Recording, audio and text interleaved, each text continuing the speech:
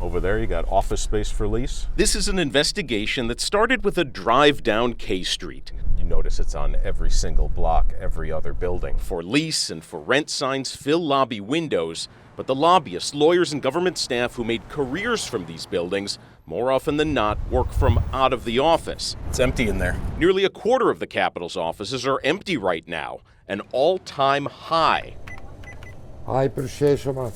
Local businesses, once buzzing with steady streams of customers, now struggle with the new downtown view. Vacancy, foreign, everywhere. The costs roar past street-level retailers and into corner offices. It looks like it's available. Dropping building values are projected to cost D.C. building owners $12 billion by 2025 and blow a $465 million hole in the city's property tax collections. Behind the scenes, there's an urgent and almost desperate attempt to repurpose all the unused space. Going inside empty office buildings is like visiting a time capsule. Construction crews clear out ceiling tiles, cubicles, and claustrophobic hallways. You've got to deal with the structure that's been handed to you. Architects like Steve Smith are left with a blank canvas and a tight budget.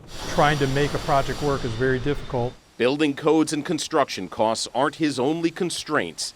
Some office buildings are so big, it's hard to fill them with natural light. If you're living somewhere, you want to have windows, right? Yeah. and it's just practical. You'll never be able to lease it. Here he's using an old office atrium to brighten apartments near the building's core. You maximize the space you're given. You got it. So there's a challenge. We look to be creative in how we can solve it. Efficiency is key. Take the elevators. An apartment building doesn't need as many as an office, so Smith runs electrical cables, ventilation ducts, and trash chutes through the empty elevator shafts. We don't need to operate them all. We don't need to maintain them all. Architects aren't the only ones who are innovating. That's an opportunity for the city, I think, to also reinvent itself. From Washington, the Commercial Real Estate Development Association is lobbying Congress and big city mayors. Nobody goes into business to lose money.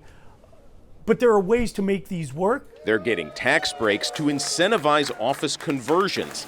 D.C. already has 9 construction projects underway and 19 more in the pipeline. A quarter of the office buildings are vacant. Can you redesign all of them into residential? Every is a big word. These conversions take more than time and money. They require imagination. Using all 3, Smith has been able to transform old office buildings from empty eyesores into modern community hubs. No space is off limits for what it can become. This was a hallway to the office. It backed up to the parking garage, as you can see now. We've broken through the wall here. He's also breaking old precedents. For over 100 years, we've had central business districts that were just that. They were based on business and office buildings. It's clear the next 100 years will require something new from our old and growingly empty offices.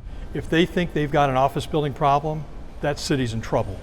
Empty offices, they lead to empty business districts, less retail, less tax revenue, more crime, and blighted buildings. That is why cities from Bethesda to Alexandria and Washington, D.C.